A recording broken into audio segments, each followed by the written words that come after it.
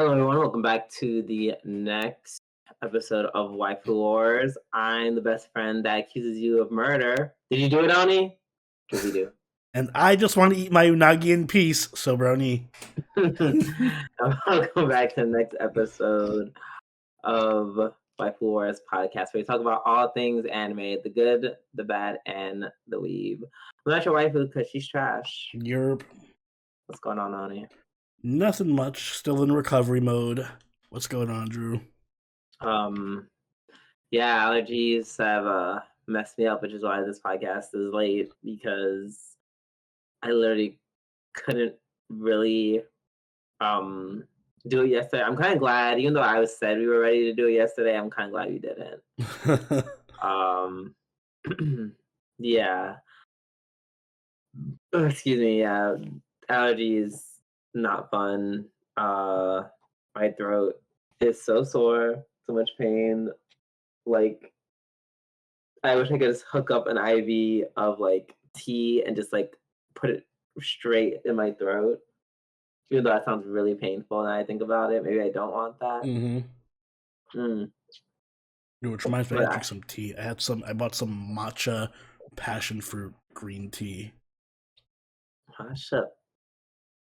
Matcha passion fruit? Yeah, I know. It sounds weird, which must mean it tastes delicious. I can't wait.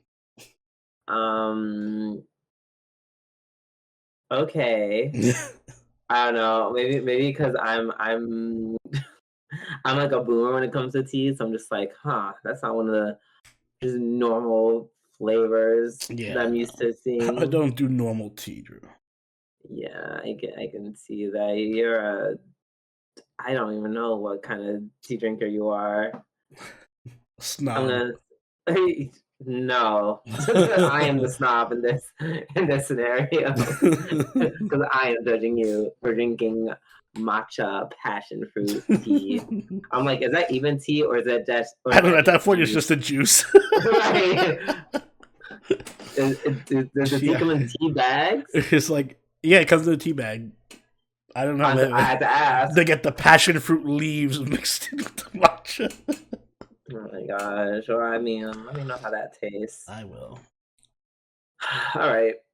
We're going to start off this podcast, as always, with the news segment this week in anime. And I'm just going to shotgun through all my news, a bunch of announcements that, the typical weeb may or may not already know.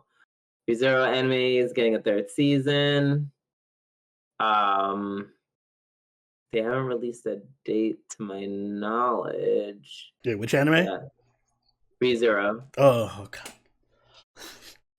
Yeah, I know. No more Amelia, please. No more Amelia. Can it be this season without Amelia? It's going to be even more Amelia. God, no. Unfortunately. Hopefully, I'm ready. I'm ready for what's her name to come back from the coma. Rem? Yeah, sure, her. Yes, even I got what I needed, which was Ram to have her screen time, which she rightfully deserves. And now I don't know. I kind of want the twins to just be together. Listen, anything that results in less Subaru and Amelia, I'm here for. Right. So that's happening. Spy Family reveals second season is going to be premiering in October. And then in the end of December 22nd, they're going to be debuting their first film, Spy Family Code White. Why gotta be white? Because no one would go see it if it was Code Black. Oh. And that's and Tyler Perry presents Sky Hadley Code Black. No, not him. not him. Please, no. I'll take just the Code White if that's the case.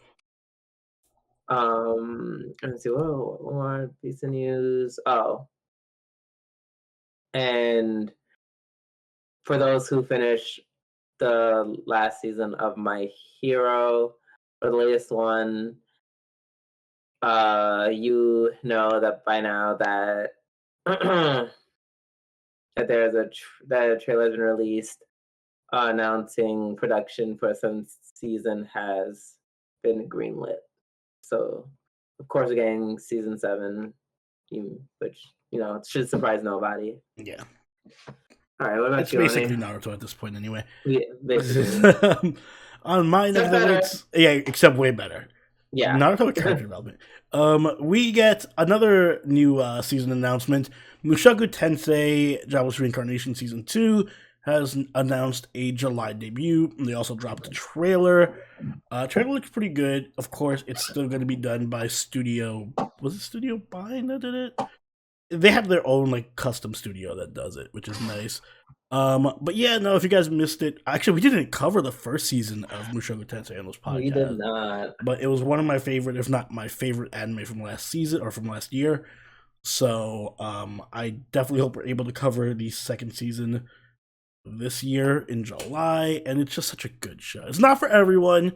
You gotta have a high tolerance for really uncomfortable and awkward and assaulty situations. But if you get past that, you get to look back. I thought, trust me, it is worth it. Oh shit, what's her name? Eris. Yes, as an Eris stan, yes, it's worth it. It comes full circle. Yes. Oh. Yes, it is so worth it. So I recommend it if you guys like isekai in general or fantasy. So yes, I cannot wait. I want to see my beautiful Eris and what's her face, Roxy again. Yes, I can't wait to see Eris, new short-haired bad bitch Eris, queen Eris. And it looked like in the trailer there was a bit of a time skip, so we might even see like adult Eris. Badass, cool. Chopping everybody up. I know. I'm supposed to like, I don't know, BIBC Rudy, and I guess I am. Like, I don't hate it. I don't hate Rudy. I actually like Rudy. I don't hate Rudy. Like, that's like, I was like, I hate you for these reasons, X, Y, and Z. And then after that episode, I'm like, you're together now. We're cool now. The divine retribution has been given. Karma has been enacted. It's like we're starting with a clean slate. So good. Yes. And that's all my news. All right. Yeah, without any further ado, because now we're done with the news, it's time to go and do our weekly reviews. Bars. We're gonna start off with Vinland Saga Season 2, Episode 11, which I'm gonna assume is our episode of the week. Yes, that's a tough competition here. But yes, this was an amazing episode. This might be my favorite episode of the season so far for Vinland Saga, actually. Yeah. It's picking up. It's picking up fast. Agreed. So the first scene which shocked me the most was you see Canute fighting. And he's fighting, and I love how even he's trained to fight with the sword at this point. He still doesn't fight like a typical Danish warrior. It's so hard to say Danish without thinking about the actual dessert. Yeah, I know. I just want a Danish now. Thanks. Yeah, he doesn't fight like a typical Danish warrior. He kind of had very much like the way he moves. His style is very underhanded, very get in your head. Because he fights the guy who I'm assuming is his mentor. And he's like, oh, look, it's my sister. And she's talking to someone that's not you. And he looks like for 1 second and whoop. Yep. Just get a shield thrown in your face. Yep, and it worked. He's like, you fight your way, bitch. I'll fight mine. Yeah, and I love that about him because it's like he fights with information. Like he clearly studies everyone's weaknesses around him, which explains why he's so good at poisoning people. Well, I don't think it's that hard to poison your brother. Yeah, well.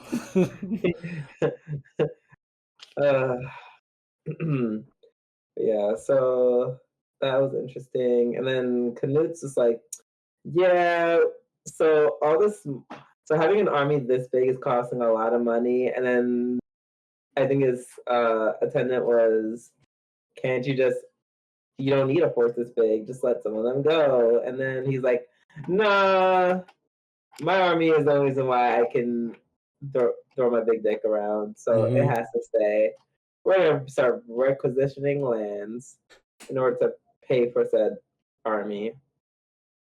Which makes sense. I mean, let me put on my nerdy, medieval economics helmet on. Yeah, go Clearly, requisitioning the land is the right thing to do in this situation. Although I wonder how he's going to do it. I guess he's going to use stupid Olmar against his father. Yeah, probably as a low-key hostage. Yeah. So when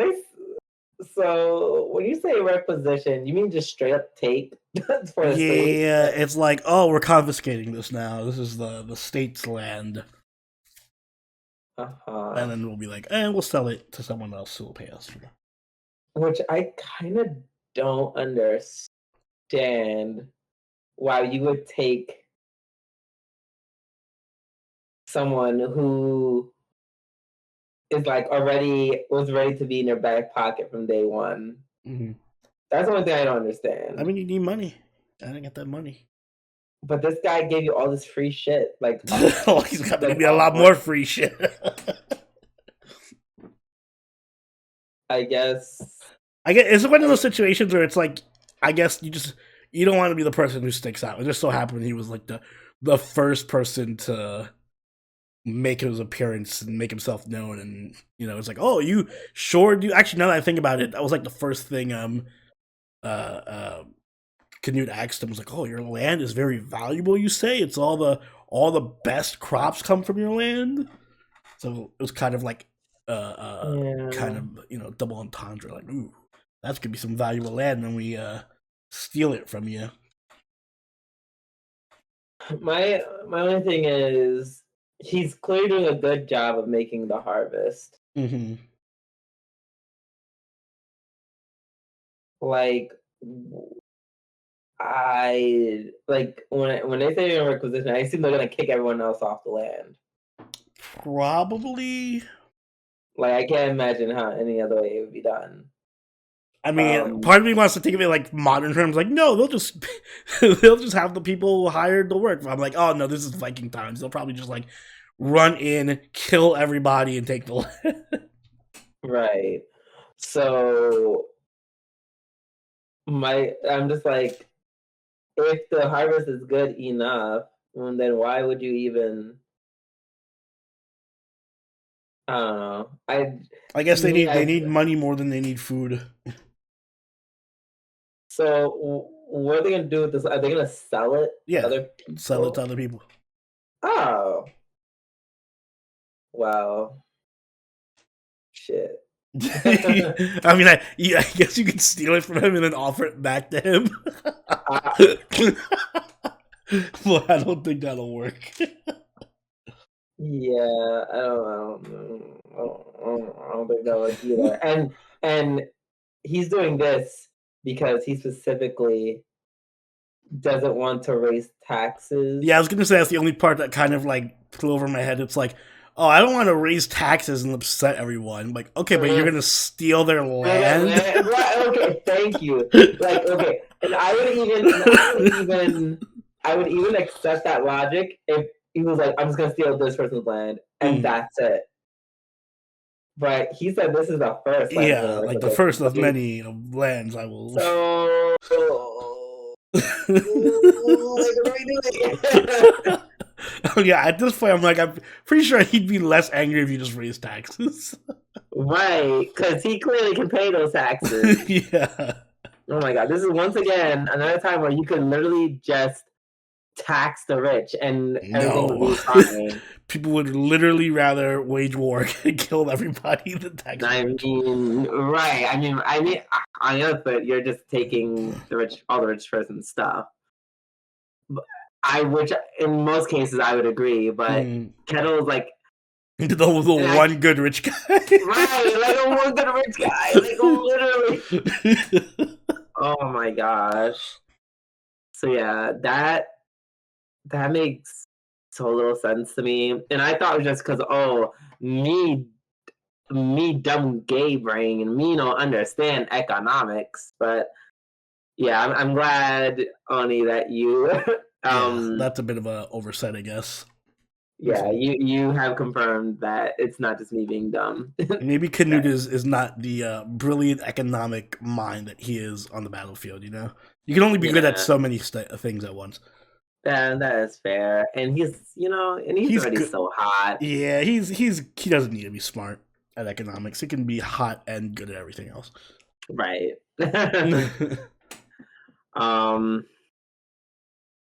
Poor Kettle asks, like, once he realizes that King Harold is dead and that Canute is in his place, he asks for an introduction from Thorgil, his son.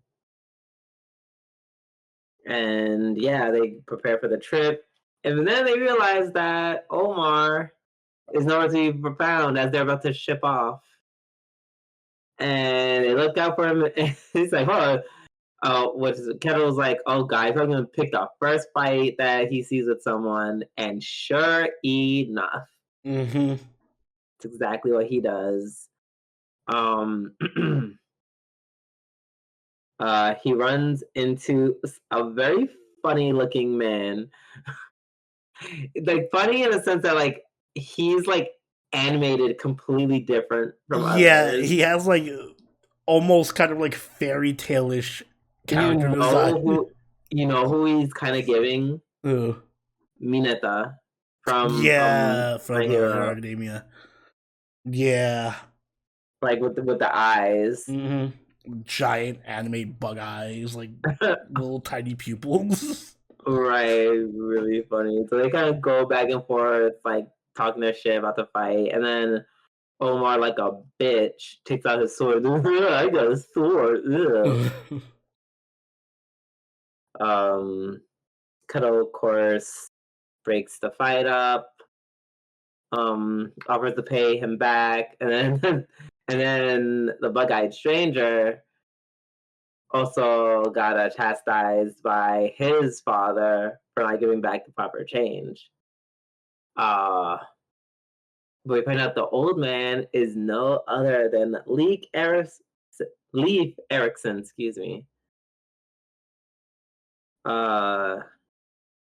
Leif has adopted someone and called him Thorfinn because he kind of looks like Thorfinn-ish. Like if Thorfinn was really anime, if Thorfinn was drawn by a different anime studio, then yes. It's like budget, like rip off Thorfinn. Like we outsourced Thorfinn's design.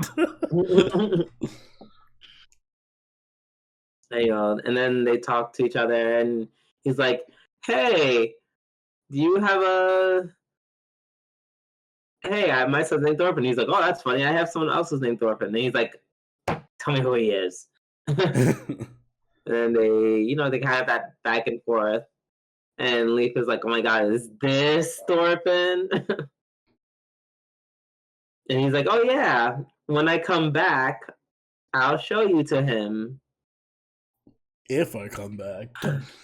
Right, which is like, sure hope nothing bad happens to me. Right, it's giving you're not gonna make it back home alive? Question mark. Because it would work out way too well. He just came back. He came back. Thorfinn was released as a slave and runs into Leif Erikson. That'd work too well, right? So that, of course, that's not happening. Yeah, I kind of feel bad at this point. I'm like, oh, he's traveled the world so much and everything to find Thorfinn, and it's finally here, and it's like, damn it. But yeah, so so yeah, we don't know what's happening, but over there, I feel so bad because I know everything's about to go so horribly wrong. Speaking of going horribly wrong, they present themselves before the king, Kettle, Olmar, and Thor Gil present themselves before Canute. And just as they're having a nice conversation that probably was going to be wrapped up nice and well, Olmar opens his big, fat fucking mouth and is like, hey, I want to fight for you, king. Yeah. That was so cringe. Was so funny. It was hilarious. Medieval cringe. Medieval cringe. That's the title of this episode, by the way. Medieval cringe, indeed, because he's like, oh my gosh, I want to fight for you. And he's like, stop. Like, first he just walks up to the king without even bowing or anything. So no sense of manners. Come on. And as I said, I was like, you should not take him into this room. Like, just leave him outside. Yeah, I didn't like why. And with his sword, like, really? Like, come on, man. You gotta know your son better than that. If I was the father, he would not be leaving the farm. I'm like, listen, you know you can't leave the farm. You know you're grounded. You're literally too dumb to leave. Yeah, I cannot trust you. You know what I would do? What? I would say when you can beat Snake, that's when you can leave. I mean, that's one way for him to stop being a bitch. True. Or is it?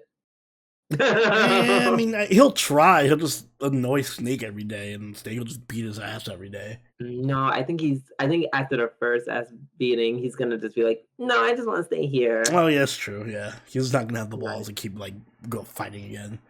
Yeah. Who is he? Thorfinn? Yeah,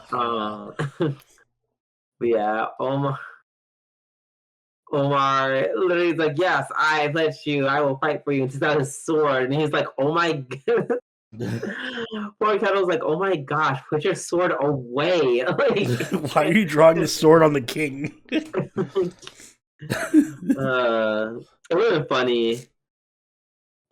I almost thought that he was gonna just get killed in like a really silly. Yeah, I thought that Canute was like, oh, you can use a sword. All right, try your swordsmanship against me, and then Canute's gonna whip out his sword and slice off his head.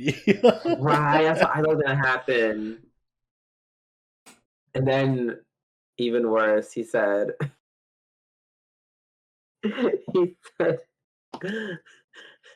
cut into this boar. Like, not my man's literally started cutting it like a Thanksgiving turkey. Yeah, with his sword, like it had like serrated blade or something. He's like trying to saw it. Oh my god. And I'm just like, that is so embarrassing. That was amazing. I love that scene so much. Yeah, the episode was like uncharacteristically funny. Yeah, it was weird. It was hilarious at certain points, like kind of more comedic. But then it still ended on a very serious kind of like, ooh, this was like plot progression happened. Like we got some good setup for the next episode. Exactly, because after that whole display, that's when Canute's like, oh no, what you calls it? The guy in charge of the army, he's like, yo, you can't be serious about him, right? Like he clearly he's he a bitch just like his daddy. And then he was like, so that's how you feel. What about in other ways? And then the crazy thing is, even the mentor like, he hesitantly admits, he's like, yeah, no, having like him in an army would be very useful for like political reasons. Yeah, it's like one of those things like, listen, you're a shitty soldier, but you are a great excuse to do other shit. Like a great idiot. Exactly.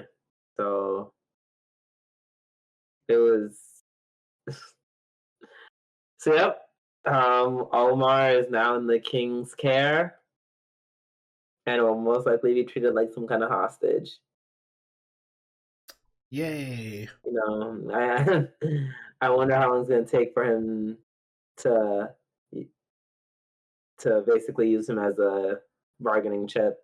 My guess is he's gonna, well, next episode immediately, but my guess is gonna be that they're gonna have him like go to the farm and cause trouble or something. Like, oh yeah, just take some of our soldiers to the farm with you, and then they're gonna like cause trouble, and it's gonna like force him to choose between, does he want to protect his dad in the farm, or does he want to be a part of the soldiers in Canute's army type of deal? And they're like, oh, he's predictable. He's gonna turn against his dad to help the soldiers.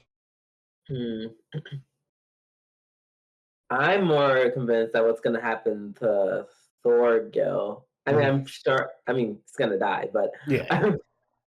But it's just like, huh? I feel like I wonder if he's gonna choose. I feel like he's gonna choose his dad. You think? I don't know. He's such a coward. No, I said Thorgil. Oh, Thorgil.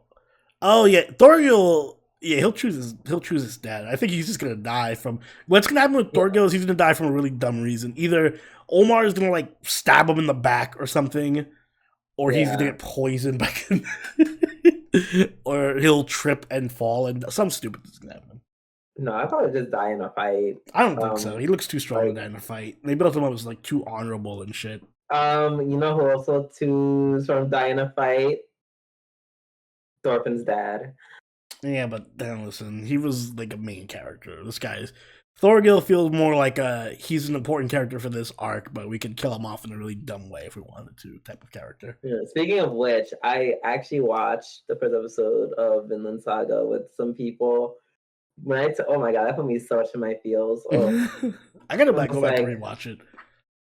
Wow. And the fact that they like reference characters that were relevant like today, like they really talked about King Harold. I was like, whoa. The continuity. Yeah, so that was pretty mind blowing. I was just like, oh my god. And everyone's like, I was watching with friends, and they kept calling it the White Moana, and I'm just like, I was like, baby, this is not Moana. This is not Moana, and not at all. I've never seen Moana, but they said something about like, oh, how something happens and the island keeps stopping them from leaving. I'm like, oh, no. It's apparently not Moana anymore. All right, let's move on to Bofuri season 2, episode 9. Yes, they went full tower defense mode. Basically, the main event starts where they basically have to either kill hard monsters or search random places to get these certain medals. They split up into 2 groups to collect medals.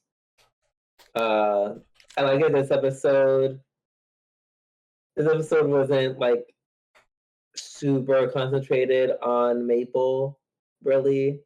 Yeah, now that you mention it, she was just kind of like a part of the group. It was very group focused. Yeah. Which I liked a lot. I like we got to see and I enjoy this a lot. The what's what I'm looking for? The progress of the twins. Yeah, like they're just finding new ways to like harness their ridiculous strength stat, and they found out today they could just like throw flaming balls of death. They remind me a lot of, they're like mini Maples because they also like to game the game a lot. Like to what? They like to like come up with weird abilities and kind of like game the system. Yeah, and they're getting they're kind of, you're right, they're kind of getting up there too, because now that they have pets, that removes their mobility issue. Cheating. Not, I mean, it's not cheating, it's pets. Everyone Yeah. has pets. It's like everyone has a cheat. I mean, when your cheat specifically makes up for what's supposed to be your only weakness, I mean, when your pet makes up for your only weakness, it's like, I mean, that's true, but like, haha, that's basically all the pets. Yes. Like, it's like, it's either comes your weakness or conveniently makes your strength. I mean, syrup isn't that much for me. Like, I mean, it just lets her fly. Right, syrup is like the only one, ironically, that's like not super perfect for Maple. But Maple doesn't need a perfect one. She's perfect enough as it is. Right, exactly. Yeah, so they have the bears for mobility. They have, for range attacks, they can just hurl those balls at people. So yeah, their bases are getting covered over time. Also, another character that I think they're starting to give her a little more shine is with her dynamite of death. Yeah. She's like, oh, everyone get inside the bubble. Okay, about to blow everything up. And then we got to see Sally, the aka the true leader of the guild. Wow. Okay, but like, did I lie though? I mean, she's like I guess Maple's like the mascot / like, yeah, she's a mascot promoter. Sally is like the kingpin. Maple's just the shadow. Yeah, she's like the shadow leader of the group. Yeah, Maple's just the face of the group. Maple's the Pikachu. Exactly. Because Sally's the one who's like, oh yeah, I tagged these places. Let's do this. How about we do that? Yeah, she's definitely the leader. And then, oh my god, the defensive parameters, the traps, the tower defense, as you said. Yeah, very interesting. It almost makes me want to play. What's that gacha game everyone plays? Arknights. Yeah, I also want to play Arknights. I got that same vibe. I was like, damn, I really want to play Arknights now. I know, but it's like, Arknights. I'm too far behind now. It's impossible to catch up. Okay, great. Also, it requires too much brain power. I like gacha games, but I like when they're. That's why I love FGO so much. Like, it's complex enough to be interesting, but it's not so complex that like I have to take time out of my day to be like, all right, how do I actually beat the stage? Whereas Arknight is like, oh my god, I gotta dedicate a whole afternoon to strategizing and restarting the stage every 5 seconds. Well, that's kind of lame. I know, right? Who wants to play games? I just want to auto. No, I just want to. Wow. Well.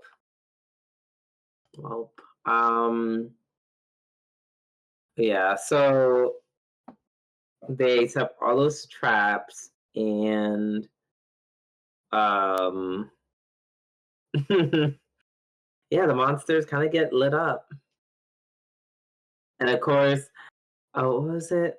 I think, yeah, the first round of the traps going off, they don't even see them. They don't even show the monsters dying. They just show what they dropped.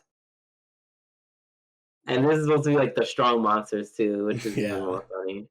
They didn't even make it to like the first line of defense. It was like this oh, whole network of caves. Except for that one creature who's like, I'm trying to live, and just dies anyway. Even the creators. Wow, we slaughtered everyone. It's time to put the traps back up and then cue the music. They need to play that song every episode. They really do play it every episode. I like how the programmers were like, "Wow, they legit just made a better dungeon than we do." Right? They're like, well, someone decided to make it super complex so that people wouldn't. Why do you make it that complex if it's just a dummy dungeon? I don't know. gotta go hard to go home. Okay, well, let's see how that works out for them, I guess. But yeah, no, overall, cute episode as always. Yep, I enjoyed it. Up next is the season finale of Kyokou Suiri, season 2, aka episode 12. I'm so conflicted on this episode. This last episode was such a. This really was Kyokou Suiri in a nutshell. It really was. Like, I liked. All right, at first I was like, "What the fuck is going on?" Because literally a third of this episode was just them talking about unagi. Right. And then it just took such a random wild left turn. Yeah, so you killed your wife, huh? Wow. I was like 5 minutes and I'm like, oh yes, this is a beautiful unagi, and oh, why is Kyoko eating unagi? So how did you kill your wife? Did you bash her head against the wall? Mind you, like a minute or so into talking, just by the guy's like reaction, I'm like, oh, he definitely killed his wife. Mm-hmm. It's like, if someone accused me of killing my wife, I wouldn't just. And the gag was, his friend was trying to like logically, like in his mind, twist his own logic to be like, oh, you're just laughing it off because there's no way you could have done it. I'm like, no, he's laughing it off because he definitely did it. Mm-hmm. Like, you don't just sit there and just like awkwardly Yes. After somebody accuses you of killing your wife. You're so like silly. God, I fuck you up. Like, we're going to fight. If the person told me I killed my husband, I'm killing you. Like, I'm not gonna kill you, but we're gonna fight. Yeah, that was. I liked. By the way, I loved that when they were giving explanations or he was explaining, he killed his wife. He was like, "Oh yeah, I had done like a bunch of muggings beforehand to give myself an alibi." I'm like, why? I mean, it was to get an alibi. I guess, but I feel like that's more risky than anything else. Like now the cops are going to be investigating like several muggings in the area, and it's like, I don't know, 5 times the chances to lead all back to you, depending on how many muggings you did. I mean, if you just were all, it's really easy to be a serial mugger, unfortunately. I guess. To me, the logic is like, I want to kill my wife, so I killed 7 other people in the building. That way the police would think there's a serial killer in my building, and then when my wife dies, they won't find me suspicious because they're like, oh, well, 7 other people died in this building, so it can't be her husband. I mean, but like on one level it kind of works, but on 100 other levels it doesn't, because then they'd be investigating those other murders, and they'd be like, "Well, where were you for these other?" Okay. Murders are one thing, muggings are another. Maybe, I guess. And obviously, they all went off without a hitch, because I assume the first time something goes wrong in a mugging on his part, he would probably just stop for obvious reasons. So, and that didn't happen. So there you go. I guess. And then the final mugging where you have to just kill his wife. Also, he has like super strength. He like blew her head up against the wall.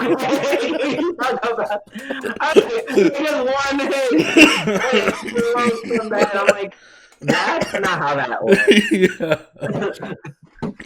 That is not how that works. This episode took a few liberties. I'm like, oh shit, is he an Ayakashi? Is that the twist? Oh my god, yeah, that was and yeah, It's just this episode was so silly because it's just like, haha, like all the rest of the arcs are just gonna kind of keep on your toes, and this was even pretty much just though, like the entire show in a nutshell, like you said. yeah, except this wasn't as, this is a little more transparent because the guy was clearly so fucking sketchy to me that I'm just like, no, you probably did kill your wife. There was very little mystery in it, Yeah. Yeah. Oh, by the way, talked about as he talked about his reasoning, like, first of all, like, but between a friend and him, I don't know who the biggest sociopath is. I'm gonna say, I mean, that's slightly rhetorical because it's clearly him because he murdered someone, his wife, his wife over. It's like a somewhat. Okay, so here's my problem with this episode. It's not like a problem. It's like his logic, his reasoning for killing his wife, in my mind, doesn't fall in line with like a sociopathic logic. If that makes any sense. No Like way. his reasoning for killing his wife is so emotional. It's literally like, I don't want you to be happy with anyone else, and the thought of you leaving makes me so wild that I'm going to kill you. I'm going to kill you before you're with anyone else. Yeah, I mean, it's kind of like a very jealous, kind of like possessive, controlling person. Right. So it's like you have so much emotion, but then you couldn't. Oh well, right. Never mind. Because then they talk about the whole guilt thing, right? Where it's not. He thought like, oh, I just feel this way because it was guilt, and it was like, no, it's just. You feel that way because Never your mind. wife is cursing you. Never mind. No, it's just like cursing. Okay, I kind of take it back. Even though in my mind, I feel like sociopaths would kill for like a less. Like an even how did you say even more petty reason? Or yeah, something like that. Yeah, like something more petty as opposed to that. But then no, I guess they don't because I just watched Swarm, so that's clearly not the case. Yeah, I mean, I also like that it ended on a very like not happy note for that guy. Like, it was just kind of like she was like, "Oh no, you fucked up. You live with this until your wife gets bored of haunting you." I guess. Right. Like that's crazy. Like yeah, that's the point I did like was the whole. Yeah, you feel so bad over your wife dying. I'm like, no, you actually don't feel guilt over it. That's literally just your wife haunting you. That was that was good. I like that. I think about it. And I love how he was about to like contemplate killing Kodako, and then he was like, "What do I think to ask you?" In parentheses, before I kill you, why'd you go to the eel place? And she's like, "Oh yeah, 'cause I want to get horny so I can fuck my boyfriend." That was great. Oh, Kodako. Need more Kodako. I'm like, girl, don't ever change. Yes, stay the same. Yeah, it was just a very wacky episode that just like I don't know how else to describe it. Yeah, it was very not out of place, but it just kind of felt like it was a weird episode to end on. Let me put it that way. Yeah. But also very on brand. Yes. Like the weirdness is what makes it on brand. Yeah. All right. So it is time to rate it. Oni, you go first. Ooh, this is tough. I liked it for the most part. I mean, all the arcs were solid. We had a little bit of a bump in that third arc. But then it kind of worked out towards the end. I still think it was best at the beginning with the Yuki Onna. Like that was the strongest arc for me.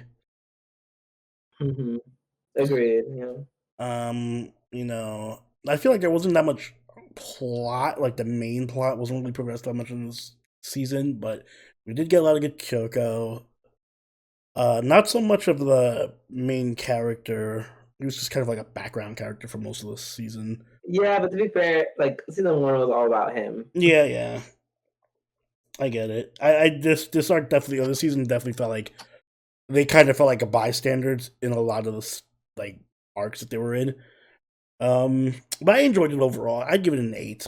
I think it was really solid, good mystery type show. I think some of the mysteries were a little bit too straightforward, or not really mysteries at all. Right. But I got the characters sell the show, and this season had all the best characters: Kyoko, Yukiona, the old woman, the cat. Like there are so many good characters this season. Even this last episode had a really good setup, so I enjoyed it. The writing is great. Agreed. So I'm giving it the same score of an 8. Yeah, like I said, very, very solid all around. Yeah, the characters are what sell the show. The mysteries, maybe I would like the mysteries, because the reason why what I liked about the mysteries more in season 1 as opposed to season 2 is that by season 2 it was like Kodako already knew what it was. It wasn't us us figuring it out along with her. It was very predetermined. She already knew what the Yeah. answers were, and we were just watching her tell us the answer. Essentially. There wasn't much detective work going on. Exactly. So I would have liked to see more of that, because that's all was happening in season 1, especially the last arc. Also, the arcs didn't feel as like grand as the first season, where it was like a lot more. I guess that's because the arcs were tied directly to the main plot with Rika and everything. But yeah, this season had a little lower stakes. Yeah. And well, Rika was still there. She's still present, but not as much, I guess. Yeah. But like overall, good anime. I'm glad we covered it this season. Same. All right, let's move on to. Is this the last anime? Yeah, last but not least. And I'm gonna say the whole title because it's the last time I'm gonna say it. Tsundere Akuyakurejo Lisolote to Jikyo no Endokun to Kaisetsu no Kobayashi-san. Yay! This was 12. This felt like a final episode of all the final episodes we watched. This was the most final of the final episode, and it felt so good. It did. It felt like I'm like, oh my god, is this what closure feels like? Right. So, wrong note. So Kwan takes his sister to the college. Elena helps them out, by she does a reverse for them where she can now talk to them from the screen. But then, of course, it was a trap. And Kwan is like, yep, time to, I don't know, make her the vessel for Eve and yada, yada, yada. But then he even starts to corrupt Kobayashi. But then Lise saves her, which I was just like, oh, go on, full circle moment. Yeah, that was really cute. This episode was just very circle. Yeah, especially like the little Lise doll. Your little keychain thing. I was like, oh, that was cute. And then Lise starts dragging everybody. She's like, oh, you're great, Kobayashi. You bad guy. You ain't shit. you ain't shit. Tell my friend how you feel, damn it. And then he confesses, and then she's like, oh my god, I love you too. That of all things causes the god to break his focus because he's like, no, I'm like the 13th wheel. uh, that was funny. And then yeah, and then Lisa Kobayashi's like, I gotta go. Goodbye forever. It was so sad because it's like it.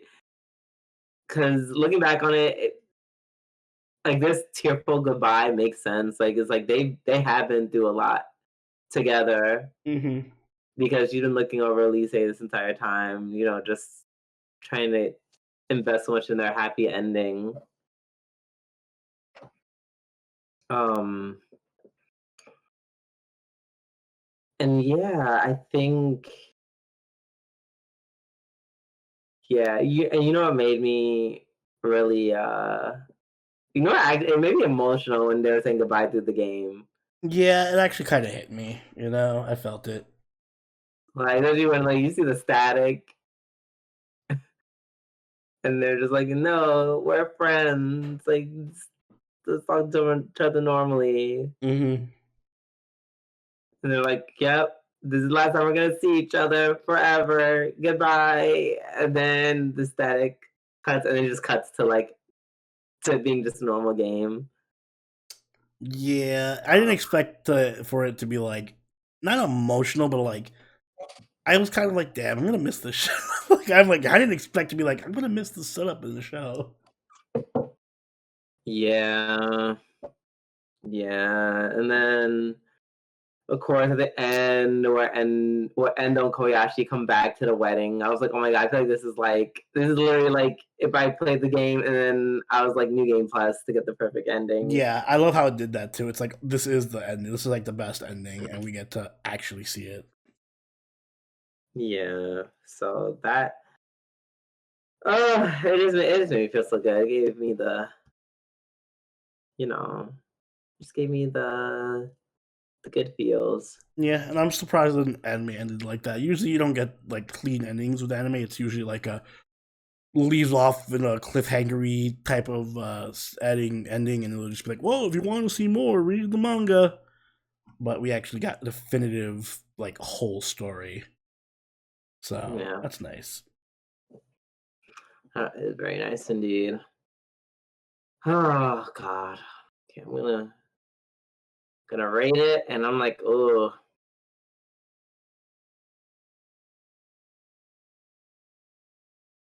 I am going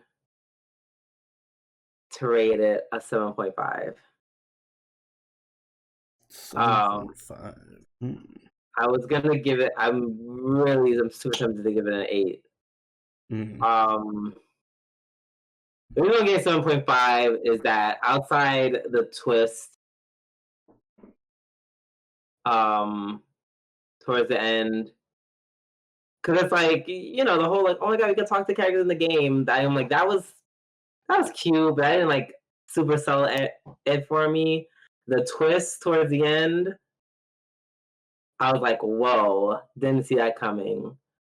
But without that twist, it would have been in my mind like a kind of average anime with some good um some good things here and there. Mm-hmm. Uh, 'cause, it is a villainous anime. Um, I can't say it's a subversion of the trope anymore because the subversion itself has become a trope. Mm-hmm. Yeah. Uh, the designs very pretty, but nothing I haven't seen before. Yeah. Because as someone who's watched at least 4 villainous Yeah, anime, I feel like this is the new thing coming out now. Like all the I shows told you this doing is this a animes. thing. I told you this was a thing. Once I saw the third one, I was like, they're gonna keep doing this now. And lo and behold, I'll say this: out of all the ones I've seen, this is, I think, dare I say, this? I think this is the best one Mm. of the 3 or 4 that I've watched. Oh yeah, of the like one or two I've watched, I'd say this is the best one. But I'm gonna give it a 7. I mean, pretty much for the same reasons you laid out. I think it was cute. I love the ending, the twist at the end. There was clearly thought put into like the writing and the plot, and I do really like the characters.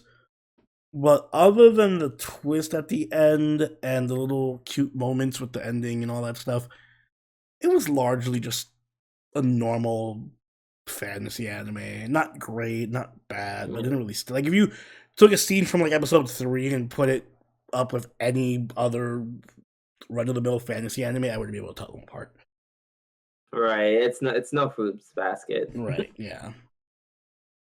It was enjoyable. But, yeah, no, it was enjoyable. Despite our ratings, yeah, no, we really appreciate Orion and I forgot who was there. I feel like there was another person who suggested Was it this. Savior?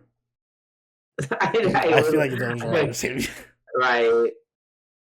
Yeah, well, thank you guys. This is a nice, cute little break between everything else we were watching. Yep. Enjoyed it. All right. And with that being said, I think that's the end of our weekly reviews and it's the end of our podcast. I was like, there was part of me that wanted to keep talking, but my throat. So yes. At some point I am gonna talk about To Your Eternity season 2. We will have that discussion, but at a later time when my throat is healthier. But it will not be tonight. So if you enjoyed this episode of the Waifu Wars podcast, make sure you hit that like button and subscribe. You can catch the episodes as they come out every week. If you haven't already, do follow us on Twitter, follow us on Twitch, and join the party on our Discord, all linked in the description down below. If you'd like, you can even become a channel member or patron, and you can even vote in our patron-only poll, which will be going up shortly, sometime soon, maybe this week, maybe next week, where you can vote on which anime you want us to cover in the upcoming spring season. So keep an eye out for that spring anime guide as well. And Drew, do you have anything you'd like to say?